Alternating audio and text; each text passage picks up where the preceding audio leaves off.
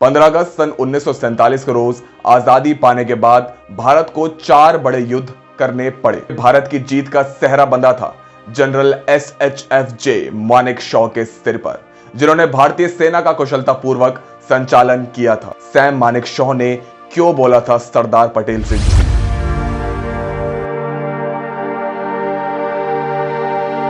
नमस्कार, मैं हूं आपके साथ मिहिर जैन और आज मेरे साथ है उमर अंसारी। दोस्तों, इतिहास के पन्ने पलटने पर साफ जाहिर होता है कि भारत अपनी तमाम विविधताओं के लिए विश्व विख्यात है। 15 अगस्त सन 1947 के रोज आजादी पाने के बाद भारत को 4 बड़े युद्ध करने पड़े, 3 पाकिस्तान के विरुद्ध और 1 चीन के। दोस्तों, भले ही इन तमाम जंगों में भारत ने दुश्मन को मुंह तोड़ जवाब दिया हो, मगर फिर भी कहीं ना कहीं इन आक्रमणों ने हमें आहत भी किया था। 1971 के बाद भारत पाकिस्तान युद्ध में भारत ने निर्णायक विजय हासिल की थी और बांग्लादेश को स्वतंत्र करवाया था। इसी का अंजाम हुआ कि पाकिस्तान ने अपना आधा देश, जो तब पूर्वी पाकिस्तान था, खो दिया और इस युद्ध में भारत की जीत का सेहरा बंधा था जनरल SHFJ मानेकशॉ के सिर पर, जिन्होंने भारतीय सेना का कुशलतापूर्वक संचालन किया था। इस मर्तबा कथा पेश करता आप सभी के सामने कि आखिर भारत में सैम बहादुर के नाम से मशहूर सैम मानेकशॉ ने क्यों बोला था सरदार पटेल से झूठ।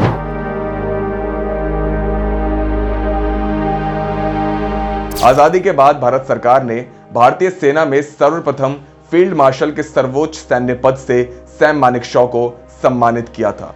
जनरल KV कृष्णराव के मुताबिक सैम मानेकशॉ का सेना में एक विलक्षण, अद्भुत और अतुलनीय करियर रहा है। भारतीय सैन्य अकेडमी देहरादून के प्रथम पाठ्यक्रम में उन्होंने जेंटलमैन कैडेट के रूप में पास किया था और विभाजन के पहले तक भारतीय सेना के फ्रंटियर फोर्स रेजिमेंट में नियुक्त हुए। सैम मानेकशॉ ने वर्ल्ड वॉर 2 में जापानियों के विरुद्ध भारतीय सेना का नेतृत्व किया था। इसमें वे गंभीर रूप से जख्मी भी हो गए थे। सैम एक पारसी व्यक्ति थे और ये पारसी वही समाज है जो कि 7वीं शताब्दी में उस समय भारत आया था, जब अरबों ने पर्शिया को जीतकर अपने अधिकार में कर लिया था।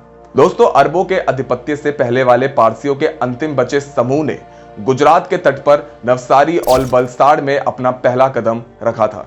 1300 वर्षों तक उन्होंने अपने प्रवृत्तियों, रीति रिवाजों और रहन सहन की आचार व्यवस्था को बनाए रखा, जिससे उन्हें पश्चिमी सभ्यता को अपनाने में बहुत ज्यादा आसानी हुई थी। सैम मानेकशॉ के 6 भाई बहन थे, जिनमें 4 भाई और 2 बहनें थी। सैम मानेकशॉ का जन्म 30 अप्रैल 1914 को अमृतसर में हुआ था। गुजराती, अंग्रेजी और हिंदुस्तानी के अलावा वे बड़े अच्छी पंजाबी भी बोलते थे। सैम के सबसे बड़े भाई फाली ने इंग्लैंड से इंजीनियरिंग में स्नातक किया था। वहीं जेमी, जो सबसे छोटा था, चिकित्सक बने और वायुसेना में अपनी नौकरी की शुरुआत भी करी। उन्होंने बैंगलोर में इंस्टीट्यूट ऑफ एविएशन मेडिसिन के विकास में अहम भूमिका भी निभाई थी। मेजर जनरल शुभी सूद अपनी किताब फील्ड मार्शल सैम मानेकशॉ में लिखते हैं कि अपने समय में अकेडमी के नियम और कानून की वजह से सैम अक्सर मुश्किलों में रहे। 19 जून 1933 को कॉर्पोरल के रूप में तरक्की पाने के बाद परेड से अनुपस्थित रहने के आरोप में अकेडमी के commander brigadier LP Collins DSO और OBE के द्वारा 12 अक्टूबर 1933 को उन्हें वापस जेंटलमैन कैडेट बना दिया गया। ये बात हो रही है सैम मानेकशॉ की। दरअसल हुआ कुछ यूं था कि इस घटना से पहले वे अपने 2 दोस्तों के साथ एक आउटपास पर मसूरी चले गए थे। IMA के अभिलेख के अनुसार सैम पहले जेंटलमैन कैडेट थे जिन्होंने मसूरी जाने के लिए आउटपास का उपयोग किया था। अकेडमी की शब्दावली में इसे आजादी पर जाना कहते हैं। तब उस सकरी सड़क पर एक समय में केवल एक तरफ से ही सवारी आ जा सकती थी। साफ शब्दों में इसका मतलब था कि देहरादून से परिवहन बसें एक नियत समय पर मसूरी के लिए और मसूरी से देहरादून के लिए चलती थी। जी हां, सबसे अंतिम बस आधी रात के करीब मसूरी से रवाना होती थी, मगर अचानक हुआ कुछ यूं कि उनसे रात वाली बस छूट गई और वे अकेडमी में प्रथम परेड के लिए समय पर नहीं लौट पाए। सजा से बचने के लिए उन्होंने निदान केंद्र पर स्वयं को बीमार बता दिया। इसलिए जब उनका कॉर्पोरल का ओहदा छिना तो झूठी बीमारी के कारण उन्हें 21 दिनों तक बैरक में रहने की सजा दी गई। दोस्तों, गौरतलब है कि अनुशासन के हाशिए पर रहने की सैम मानेकशॉ की आदत को देखते हुए कमांडेंट ब्रिगेडियर LP कॉलिंस ने समर ऑफ 1934 की रिपोर्ट में जेंटलमैन कैडेट मानेकशॉ के बारे में लिखा था कि यदि वे अपने जिम्मेदारियों और कर्तव्यों को समझे तो उनमें सामर्थ्य है कि वे और भी अच्छा कर सकते हैं। दोस्तों, सन 1942 में जापानीज आर्मी बर्मा यानी आज के म्यांमार में आगे की ओर बढ़ रही थी, जिसे रोकने के लिए आर्मी को वहां भेजा गया था। क्योंकि सैम पंजाबी बहुत अच्छी बोलते थे, इसलिए वे राइफल कंपनी के कमांडर नियुक्त किए गए थे। बटालियन प्रसिद्ध 17 इन्फेंट्री डिवीजन का हिस्सा थी। सिटांग ब्रिज को दुश्मनों के कब्जे से छुड़ाने के लिए अपनी कंपनी का वीरतापूर्वक नेतृत्व कर रहे सैम 22 फरवरी 1942 को बुरी तरह घायल हो गए थे। इस संघर्ष में जापानीज मशीन गन से दागी गई गोलियों से उनका पेट और शरीर बुरी तरह हताहत हो चुका था। वास्तव में उनके फेफड़े, गुर्दे और लीवर में 9 गोलियां लगी थी। जी हां, major general sir D T. Cowans MC division के जनरल कमांडेंट ऑफिसर सैम की सफलता पर उन्हें बधाई देने आए थे। उनकी हालत देखकर जनरल ने महसूस किया कि अब वे शायद जीवित नहीं बच पाएंगे, क्योंकि मिलिट्री क्रॉस से सिर्फ जीवित सिपाही को सम्मानित किया जाता है। इसलिए सैम की नाजुक हालत देखते हुए जनरल ने अपना मिलिट्री क्रॉस उतारा और सैम मानेकशॉ की छाती पर लगा दिया। दोस्तों, अपने कार्यकाल में सैम मानेकशॉ को केंद्रीय गृह मंत्री सरदार वल्लभ भाई पटेल से मिलने के कई अवसर मिले थे।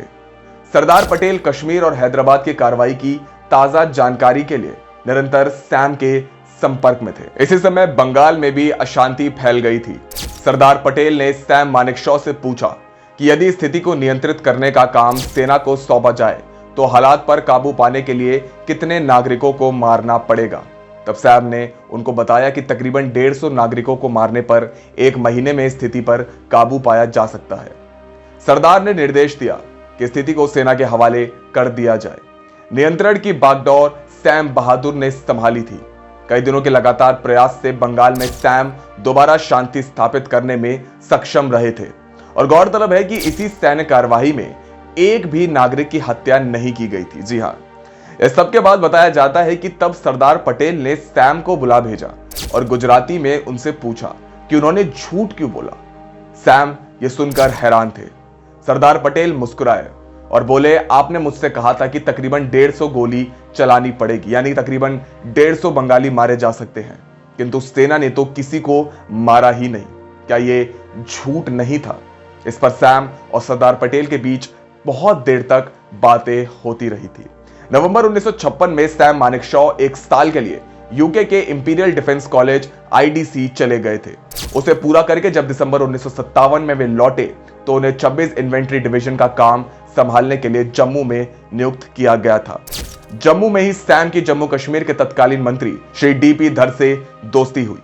जम्मू में ही जब वे डिवीजन की कमान संभाल रहे थे तो रक्षा मंत्री श्री वी.के. कृष्ण मेनन से उनकी कहासुनी भी हो गई थी। मेजर जनरल शुभी सूद के मुताबिक उन्होंने मुझे बताया था कि जब वह जम्मू डिवीजन की कमान संभाल रहे थे तो रक्षा मंत्री कृष्ण मेनन उनसे मिलने आए थे। एक दिन बातचीत के दौरान मेनन ने सैम से पूछा कि आप सेनाध्यक्ष जनरल के एस थिमैया के बारे में क्या सोचते हैं। तो इस पर सैम ने कहा, मंत्री महोदय, मुझे अपने चीफ के बारे में सोचने की अनुमति नहीं है। आज आप एक जनरल ऑफिसर से पूछ रहे हैं कि वो अपने चीफ के बारे में क्या सोचता है। कल आप मेरे जूनियर से पूछेंगे कि वे मेरे बारे में क्या सोचते हैं। इससे सेना के अनुशासन का विनाश निश्चित है। कृपया इस प्रकार का कार्य ना करें। शुभी सूद के मुताबिक कृष्ण मेनन दूसरे के विचारों को सहन करने वालों में से नहीं थे, बल्कि जो उनसे असहमत हो उसके खिलाफ मन में वैर भाव रखने वालों में से थे। दोस्तों, इस सब के अलग एक बात सैम मानेकशॉ के विरुद्ध एक शिकायत भी दर्ज कराई गई थी। मानेकशॉ पर कुछ अभियोग लगाए गए थे, जिनमें कहा गया था कि वे अधिकारियों के भोजनालय में हमेशा रात्रि भोज और नृत्य का आयोजन करके स्टाफ कॉलेज का पश्चिमीकरण कर रहे हैं। वे ब्रिटिश समर्थक हैं।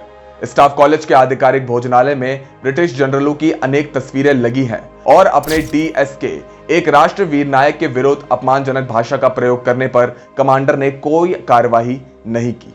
लेकिन इसी कड़ी में जब सैम के खिलाफ गवाहों को खड़ा करने की बात की गई तो ज्यादातर अधिकारियों ने सैम का समर्थन ही किया था। इसी के साथ सैम मानेकशॉ एक सच्चे देशभक्त होने के साथ ही एक अच्छे व्यक्तित्व के इंसान भी थे।